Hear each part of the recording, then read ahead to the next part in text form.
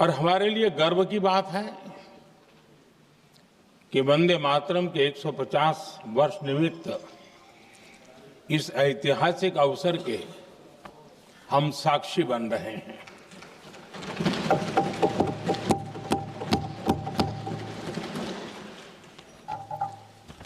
एक ऐसा कालखंड जो हमारे सामने इतिहास की अनगिनत घटनाओं को अपने सामने लेकर के आता है। ये चर्चा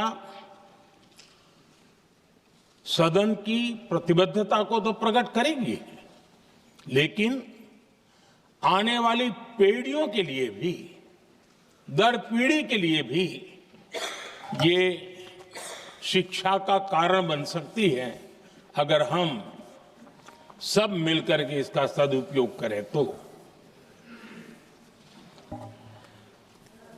आदरणीय अध्यक्ष जी, एक ऐसा कालखंड है जब इतिहास के कई प्रेरक अध्याय फिर से हमारे सामने उजागर हुए हैं।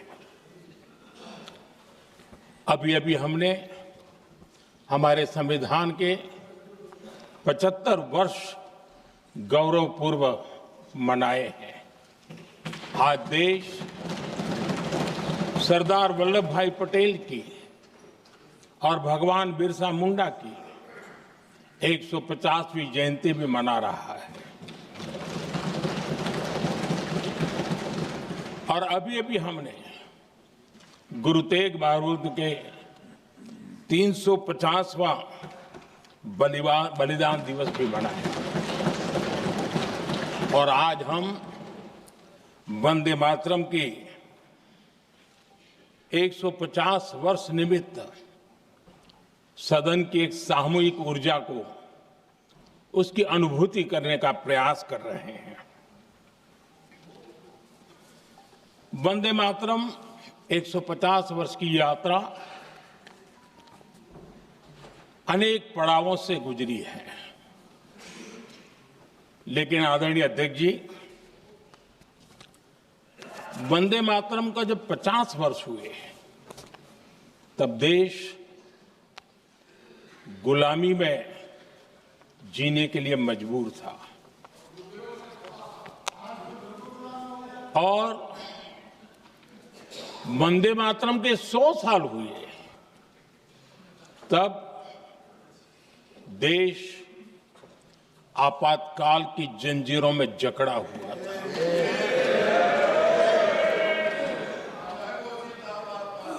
जब वंदे मातरम 100 साल के अत्यंत उत्तम पर्व था, तब भारत के संविधान का गला घोंट दिया गया था। जब वंदे मातरम 100 साल का हुआ, तब देशभक्ति के लिए जीने मरने वाले लोगों को जेल के सलाखों के पीछे बंद कर दिया गया था।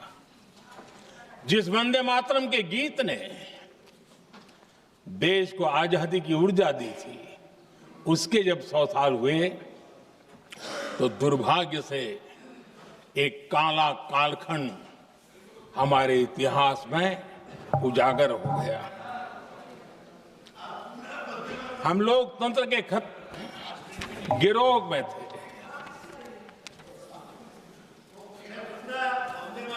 आदरणीय अध्यक्ष जी, 150 वर्ष उस महान अध्याय को, उस गौरव को पुनः स्थापित करने का अवसर है। और मैं मानता हूं सदन ने भी और देश ने भी इस अवसर को जाने नहीं देना चाहिए। यही वंदे मातरम है जिसने 1947 में देश को आजादी दिलाई। स्वतंत्रता संग्राम का भावात्मक नेतृत्व इस वंदे मातरम के जयघोष में था। आदरणीय अध्यक्ष जी, आपके समक्ष आज जब मैं वंदे मातरम 150 निमित्त चर्चा के लिए आरंभ करने खड़ा हुआ हूं, यहां कोई पक्ष प्रतिपक्ष नहीं है, क्योंकि हम सब यहां जो बैठे हैं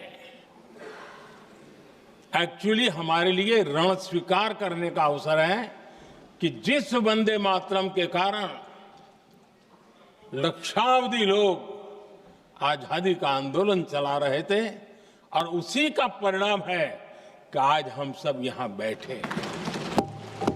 और इसलिए हम सभी सांसदों के लिए, हम सभी जनप्रतिनिधियों के लिए वंदे मातरम के रण स्वीकार करने का ये पावन पर्व है।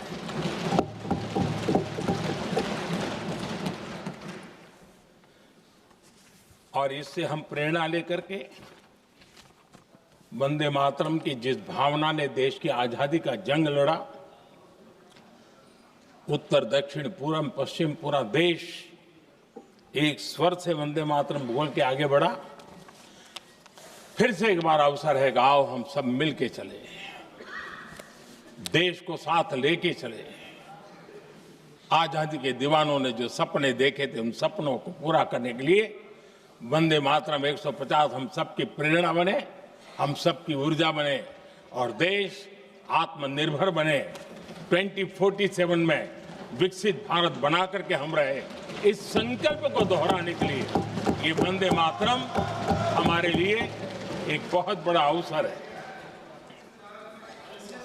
आदरणीय अध्यक्ष जी, दादा, तबीयत तो ठीक है ना?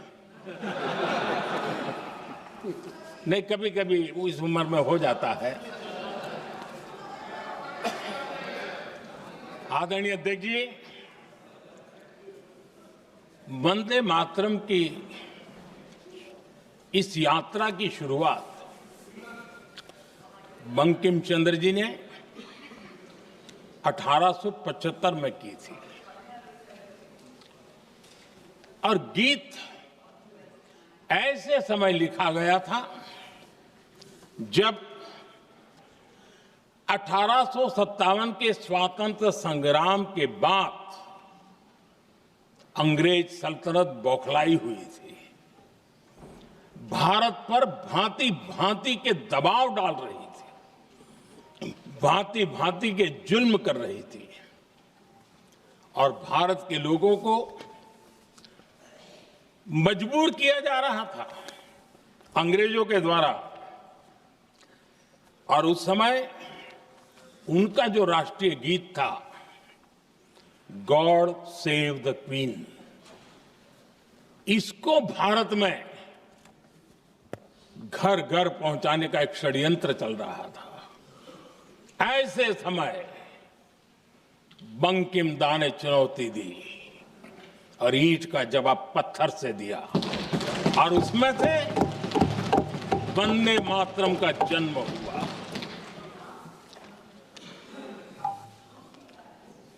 इसके कुछ वर्ष बाद 1882 में जब उन्होंने आनंद मठ लिखा तो इस गीत का उसमें समावेश किया गया।